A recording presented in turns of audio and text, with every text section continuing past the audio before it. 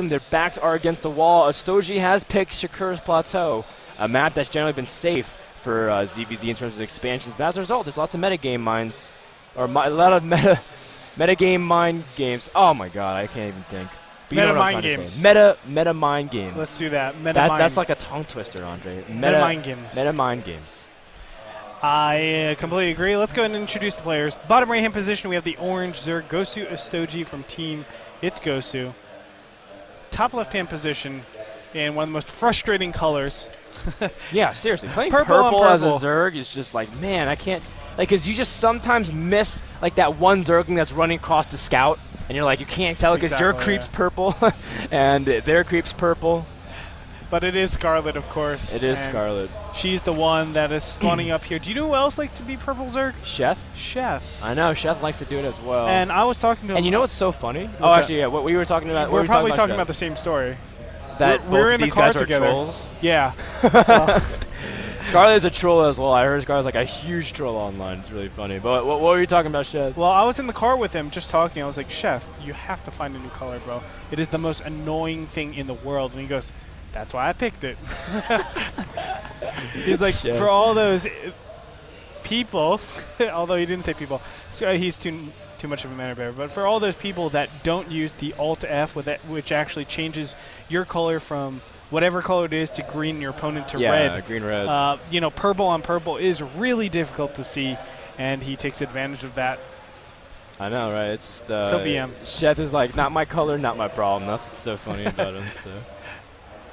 But Scarlett is going for a pretty standard opening pool hatchery as well as Ostojiy. This is pretty much as safe as you can get. Now, gas timing is really key. You can see Ostojiy grabs it at 17, giving him the pretty standard timing. He wants to get link speed out a little bit earlier. And then you see that Scarlett grabs it on 18 instead, just squeezing out an extra drone and playing a little bit more defensive. And that's kind of what Scarlett's been doing. She's been trying to be the one defensive. Ostojiy's been putting on aggression both games, and I think she's expecting more aggression from Ostojiy. Well, that's the thing. Like, I think Scarlett is actually misreading some of the timings where Ostojiy is going to be aggressive because she's putting up spine crawlers when he's not attacking, and then she kind of like macros after the spine crawlers when he is attacking. That's a little bit weird. What you want to obviously do is invest in your economy first and then invest in all your spine crawlers afterwards. So it is a little bit interesting. Scarlett needs to just better prepare herself for all these situations.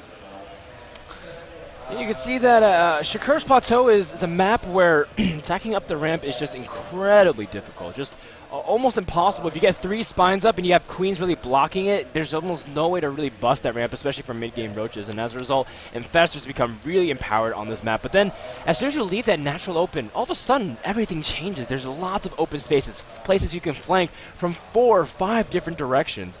And it just becomes a huge different thing past 2 bases.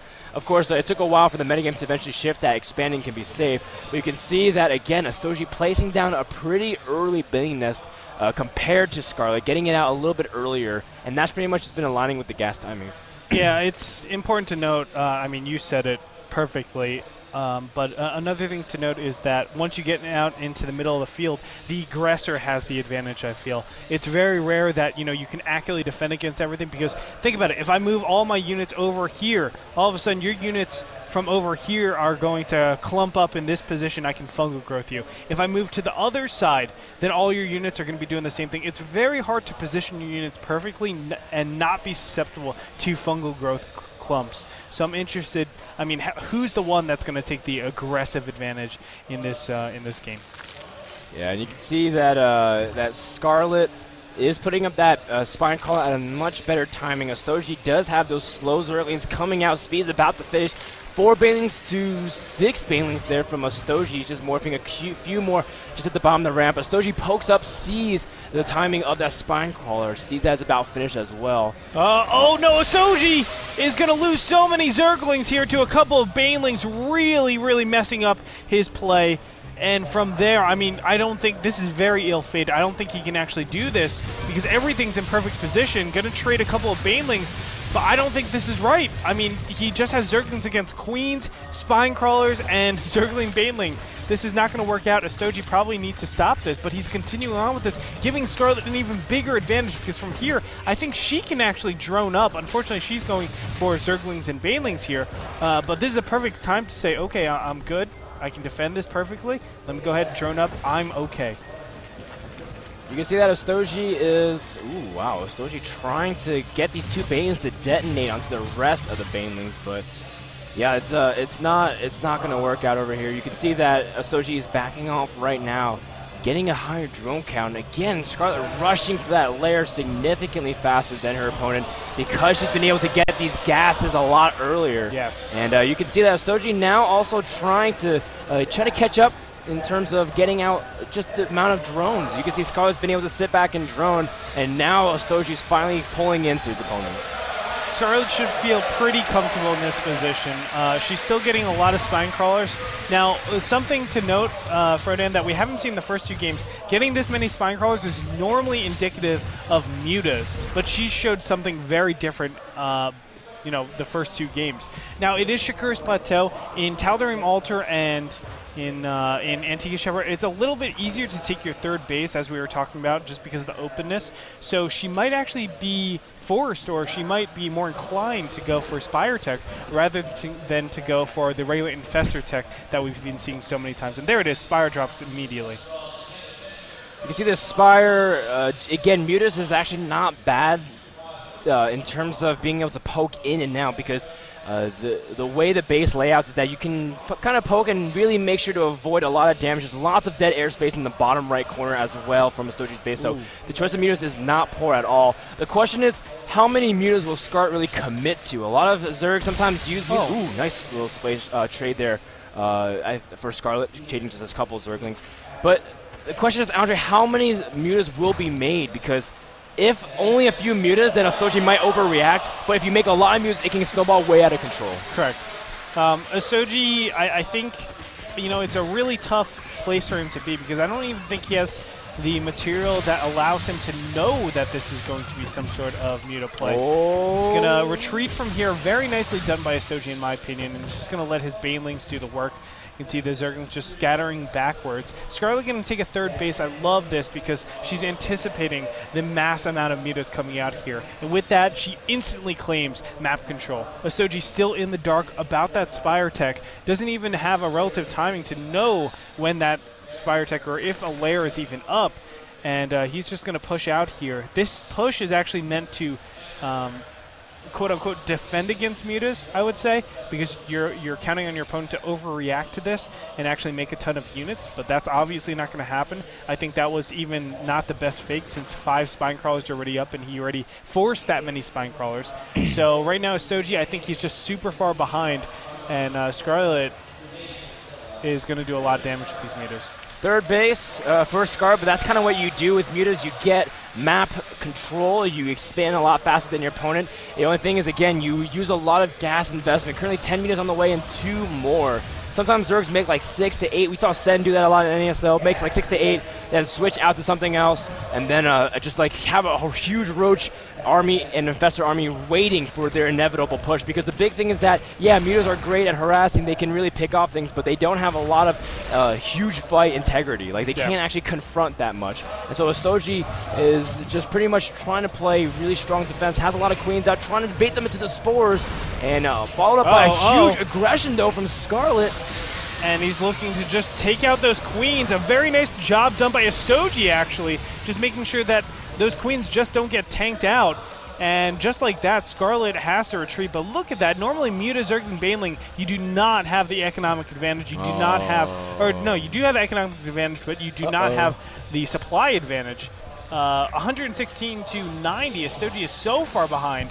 And there is a timing with queens and roaches that you can hit right when the mutas are, I guess, pushed out. Andre, there's a lot of overlords that are misrallied. Yeah, that's not good. And that's 600 minerals right there and 6 larvae that Ostojiy will lose, and he's going to be heavily supply blocked because of it.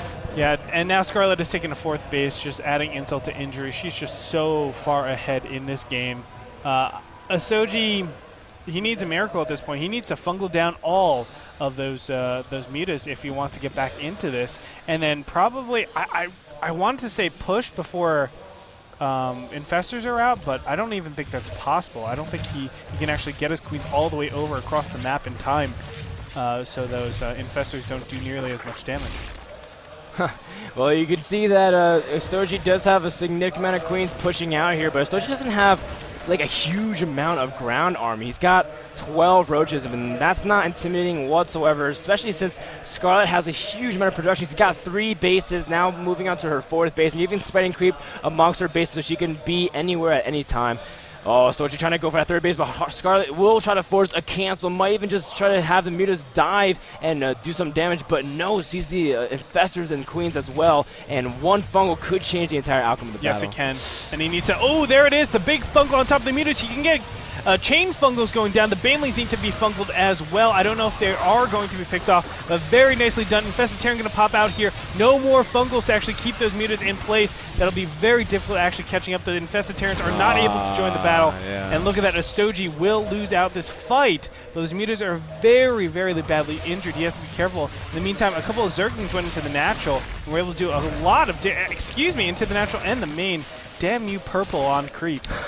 It's just too much damage. I mean, oh, look at that. I mean, Scarlett's going to lose her mutas, but too much economic damage has been dealt. Just even the Overseer picking off the Infestors, these are so critical. And Ostojiy's supply is so poor, mainly because he's got 37 workers to 71, Andre. Oh, and that's just way, way too big of an advantage for Scarlett. She's almost doubling the count of economy, and Ostojiy has really no real tech behind this other than the Infestors. And we see the Greater Spire's about to finish for Scarlett. Yeah, Scarlett can basically do anything she wants, and she's making the right move. Ostojiy's just so far behind. Now Zergling's getting in here. Roaches are going to just stop their movement in their tracks, but still, I mean, Scarlett, like, she has complete map control. She has her creep spread all the way over, which doesn't really matter normally, but for Zergling Baneling against any form of ground units, it's actually a lot better that you get that creep spread. As we were talking about, Scarlett was the one being aggressive after 2 bases, and she's the one getting paid off substantially. And you could see that 42 Lings and Broodlords are on the way. Now, Broodlords are kind of used sparingly throughout the matchup because, again, if you make too many, then Corruptors can come wipe it out. But the big thing is that Scarlett knows that his opponent's been on low tech this entire time. Yeah. Spire not even dropped, so there's almost no real anti-air answer other than, I guess, Fungals and Infested Terrans. But even then, they don't have that strong of a count or upgrade base to really threaten those Broodlords. So Scarlett's just going to use these Broodlords to siege and break his opponent. And Ostojiy does not know what to do with it, man. He is not happy. That is that's a very awkward face, first off. But Ostojiy has no, as you said, no response to this Broodlord attack. And look at this, he's going to go in for one last attack, but the swarms of units are going to come down onto Ostojiy's face. And GG. Scarlett takes it 2-1, ladies and gentlemen. And she will push further into the winner's bracket of the WCS Canada.